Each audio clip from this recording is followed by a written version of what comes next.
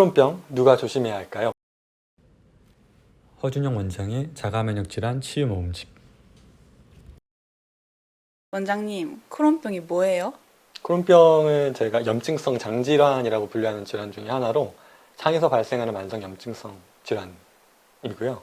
주로 소장, 대장에서 발생을 하는 질환으로 알려져 있습니다.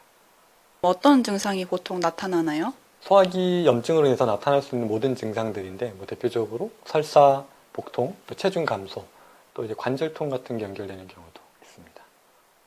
크론병 원인은 밝혀졌나요? 현재까지는 정확하게 밝혀진 원인은 없는데 현재 많은 이야기로 나오는 것들이 장내 미생물 불균형부터 해서 면역 체계의 교란으로 인함이라는 정도로 알려져 있습니다. 이 크론병을 특히 더 조심해야 될 사람이 있으면 그게 누구예요? 최근 발생하는 나이대를 보면 젊은 남성들한테서 특히 20대 이하의 남성들에서 발생하는 경향이 많아지고 있는데 여러 가지 원인들로 추정이 되는데 제 개인적인 생각으로는 특히 어린 시절부터 다양한 육류에 노출된 어린 아이들, 특히 남자아이들 같은 경우에 성장기에 다양한 육류의 단백질 형태에 노출된 아이들이 발생하는 경향이 또 있고 어린 시절부터 소화기 증상을 많이 갖고 있다는 이유로 항생제를 남용했던 경우에서도 많이 발생하는 걸 볼 수 있습니다. 그래서 그런 아이들이 소화기 증상이 있다거나 또는 감기 등으로 인해서 항생제를 어린 시절부터 자주 써왔고 또 그로 인한 반응이 좋지 않았다고 하면 약을 썼는데도 조절이 잘 안 된 경험이 있던 아이들, 그리고 다양한 육류를 즐겨 먹는 아이들, 또는 요즘에 말하는 일반적인 패스트푸드 같은 이런 기름진 가공식품들의 노출이 쉬운 아이들이 특히 더 조심해야 될 것 같습니다.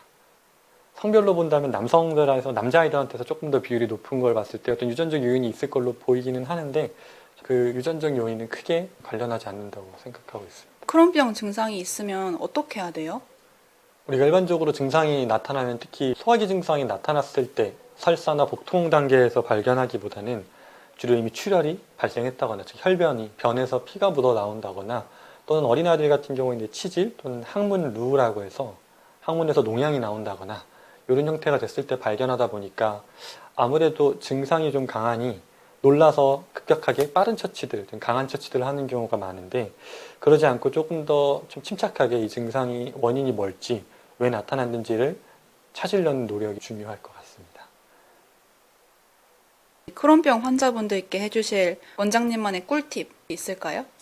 제가 생각하기에는 저희가 여기서 치료를 할 때 중요하게 이야기하는 게 내 장에서 염증을 일으키는 물질이 무엇인지를 찾아야 되는데 물론 저희 같은 전문가들을 찾아와서 바로 답변을 들을 수 있으면 좋겠지만 그렇지 않다면 소화기 반응을 주의 깊게 살펴보는 걸 권장을 드립니다.